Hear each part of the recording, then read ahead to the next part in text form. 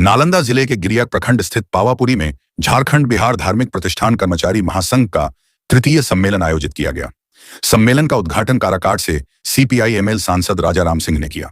इस दौरान उन्होंने केंद्र सरकार की नीतियों पर जमकर निशाना साधा और मजदूरों तथा किसानों के अधिकारों की रक्षा के लिए संघर्ष जारी रखने की बात कही।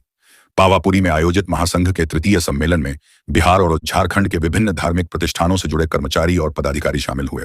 सम्मेलन को संबोधित करते हुए काराकाट सांसद राजा राम सिंह ने कहा कि वर्तमान समय में मजदूरों और किसानों के हितों में लगातार कटौती की जा रही है। उन्होंने आरोप लगाया कि श्रम संहिता यानी लेबर कोड के जरिए मजदूरों के अधिकारों को कमजोर किया जा रहा है, जबकि किसानों की जमीन भी विभिन्न तरीकों से छीनी जा रही है। सांसद ने कहा कि केंद्र सरकार ऐसे नियम लागू करने की दिशा में बढ़ रही है, जिससे श्रमिकों पर काम का बोझ बढ़ेगा और उनके अधिकार प्रभावित होंगे। उन्होंने आरोप लगाया कि कॉरपोरेट घराने देश की संपत्तियों पर कब्जा करना चाहते हैं। राजा राम सिंह ने कहा कि सीपीआई-एमएल मजदूरों और किसानों के अधिकारों की लड़ाई सदन से लेकर सड़क तक लड़ती रहेगी और उन्हें न्याय दिलाने के लिए हर स्तर पर आवाज उठाएगी। अपने संबोधन के दौरान सांसद ने भारतीय जनता पार्टी पर भी हमला बोला। उन्होंने कहा कि भाजपा समाज को बांटने की राजनीति कर रही है। उन्होंने तंज कसते हुए कहा कि एक धर्म का गांव तो बनाया जा सकता है, लेकिन पूरे देश को एक धर्म के आधार पर नहीं चलाया जा सकता। हम देख रहे हैं कि आज के दौर में किसानों का, मजदूरों का लगातार हितों में कटौती हो रही है। उनके खेती की जमीन हड़पी जा रही है। श्रम कोड ला करके, 4 लेबर कोड ला करके मजदूरों के अधिकारों को छीना जा रहा है। जिस ऐतिहासिक लड़ाई के बाद मजदूरों ने 8 घंटा काम का, 8 घंटा आराम का, 8 घंटा मनोरंजन का अधिकार हासिल किया, अब उनसे कहा जा रहा है कि सप्ताह में 90 घंटा काम करना होगा, 70 घंटा काम करना होगा। तो ये तो पूरे श्रम शक्ति को तबाह कर देने और बर्बाद कर देने और ख़त्म कर देने वाला नारा है। तो कंपनियां तो लालच में पड़ी हुई हैं, कैसे मुनाफा और बढ़े।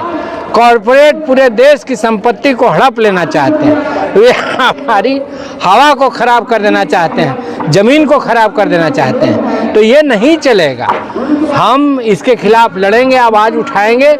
आज मजदूर सम्मेलन, कर्मचारी सम्मेलन में भी ये बात हमने कही और राष्ट्रीय स्तर पर भी हमारा ये अभियान है कि हम इसको नहीं चलने देंगे। क्या लगता है? केवल हिंदू मुसलमान की ही बात नहीं है। हमारे सुप्रीम कोर्ट ने भी कहा कि एक धर्म का आज गांव तो बना ही नहीं सकते, देश की बात तो छोड़ दीजिए। तो आज दुनिया के किसी भी देश में कई भाषा के बोलने वाले लोग, कई धर्म के मानने वाले लोग रहेंगे ही। और इस परिस्थिति में विविधता में एकता ही नारा हो सकता है, फेडरलिज्म ही नारा हो सकता है और भाईचारा और प्रेम ही हमारे नागरिकों को जोड़ करके, जो संविधान की हमारे मूल भावना है।